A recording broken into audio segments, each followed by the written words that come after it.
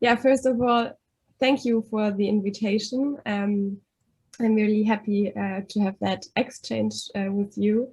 I'm Jamila. I'm the vice chair of the German Green Party.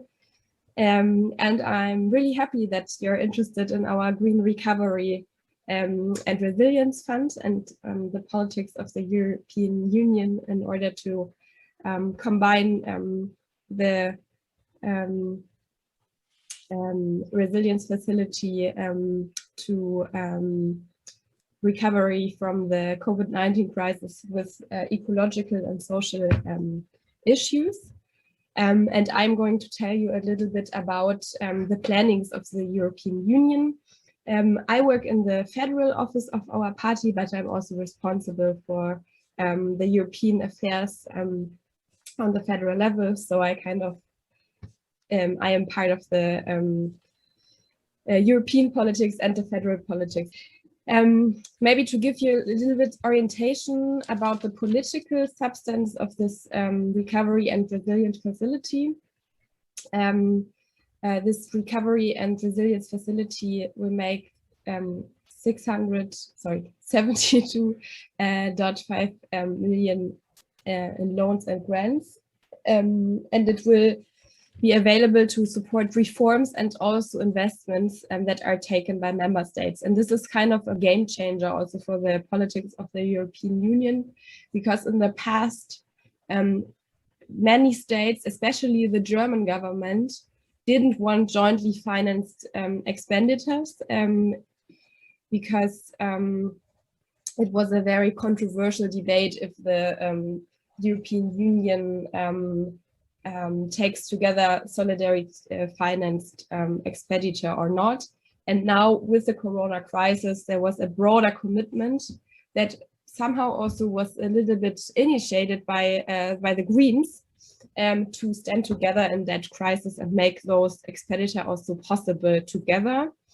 I think that's because many politicians recognized in the European Union that the European single market is somehow something that is everybody is reliant on, and we had to make sure together that it's not breaking down. So we have a new financial crisis, and that's why the solidarity was also strengthened by this Corona crisis.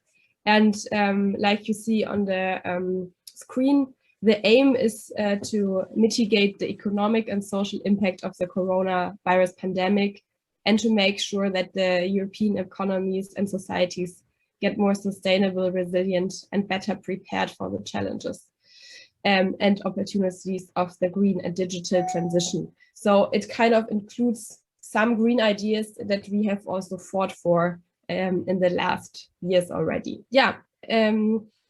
The Recovery and Resilience Fund was entered into force on the 19th of February 2021, and 312.5 billion are grants, so they do not have to be repaid. And this is the crucial part of the 750 billion Next Generation EU package.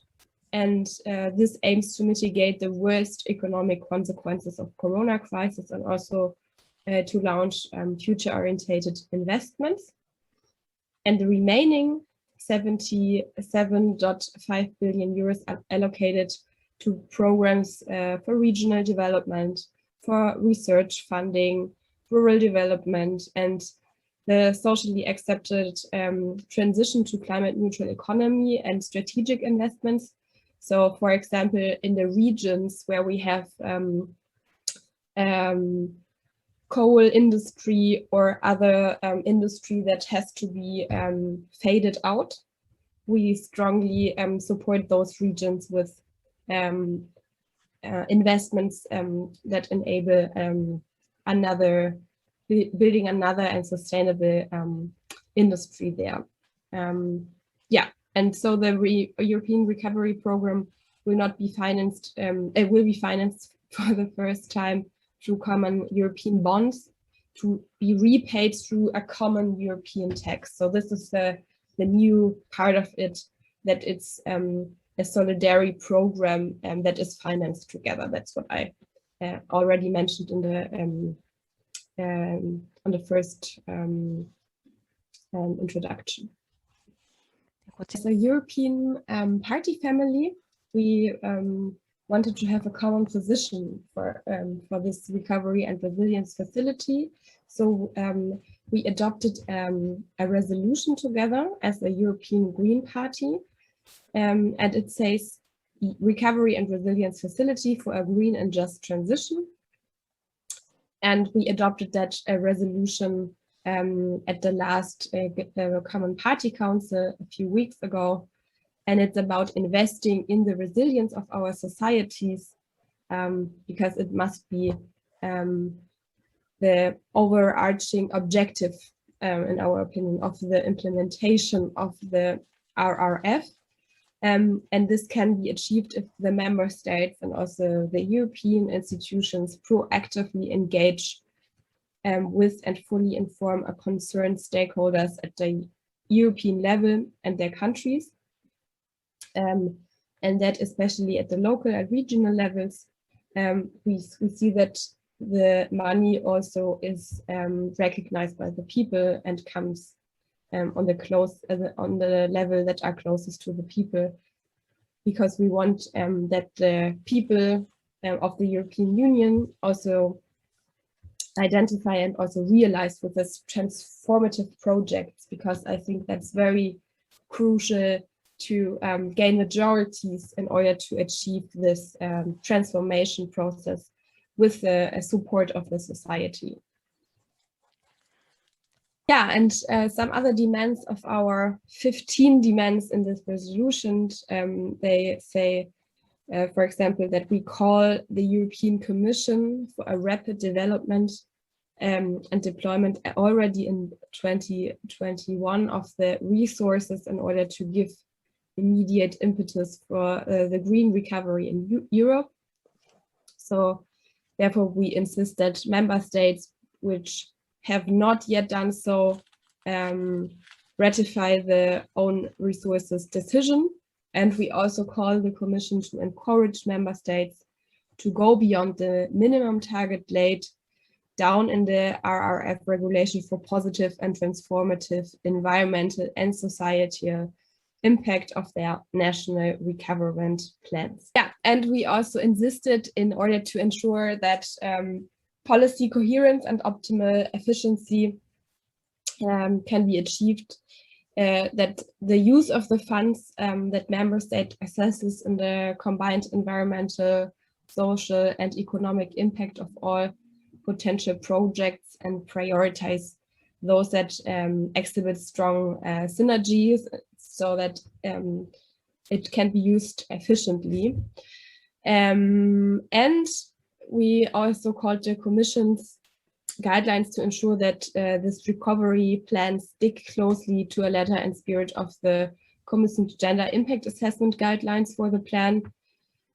For example, that investing in historically male-dominated sectors without mitigating measures may worsen both the gender employment and the gender pay gap.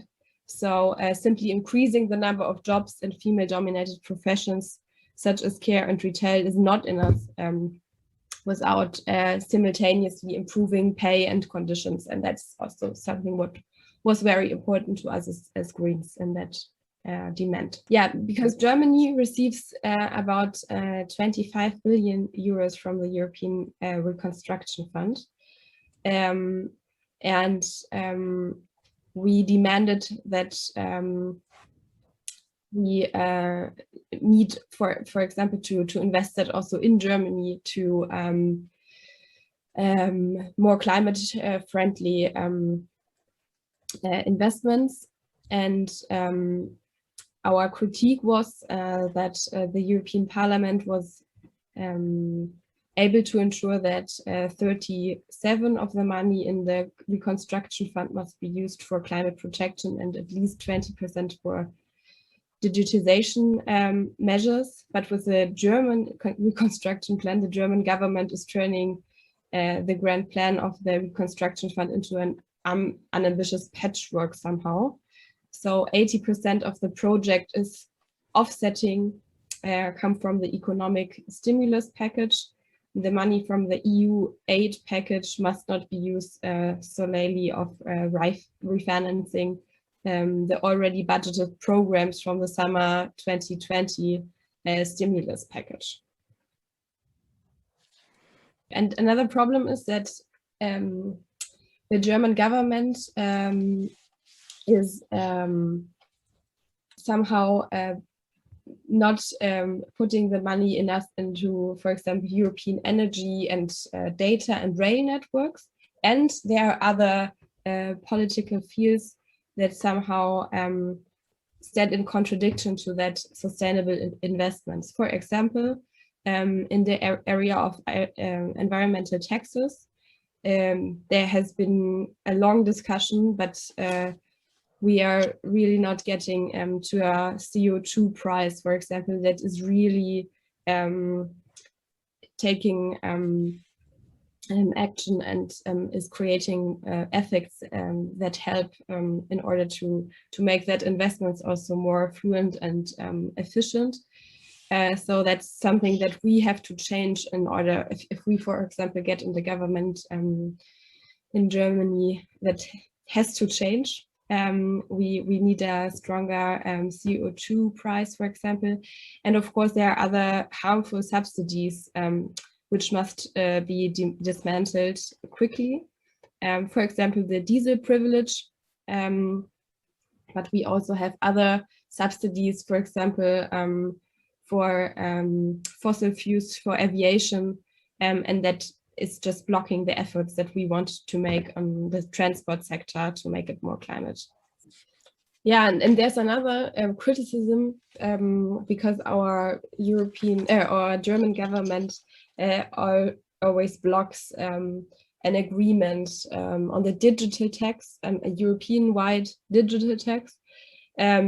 And the problem is that Amazon and other big international players on the digital level or market levels, they are the big winners of the last year's crisis, whereas our little and small markets in the smaller cities, for example, are the losers of the crisis. And we as Greens, we demand for years the implementation of a digital tax, in order to make Amazon and other digital players to pay taxes and also common taxes in the European Union. And our government so far has always blocked that.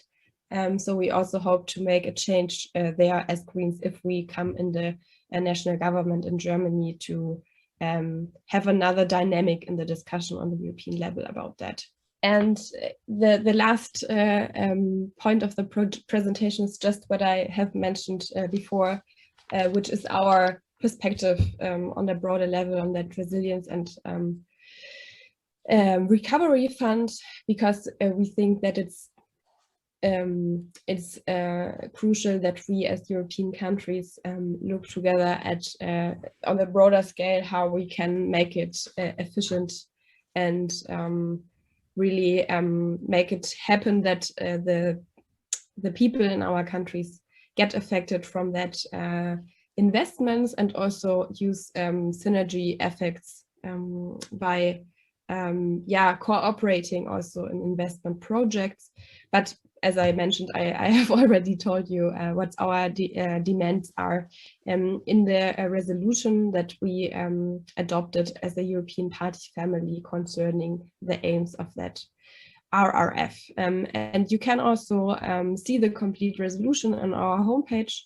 And now I'm happy to answer your questions, and I hope that it was interesting to hear from my side a few points about the plannings and also our criticism of the current investment politics in the European Union.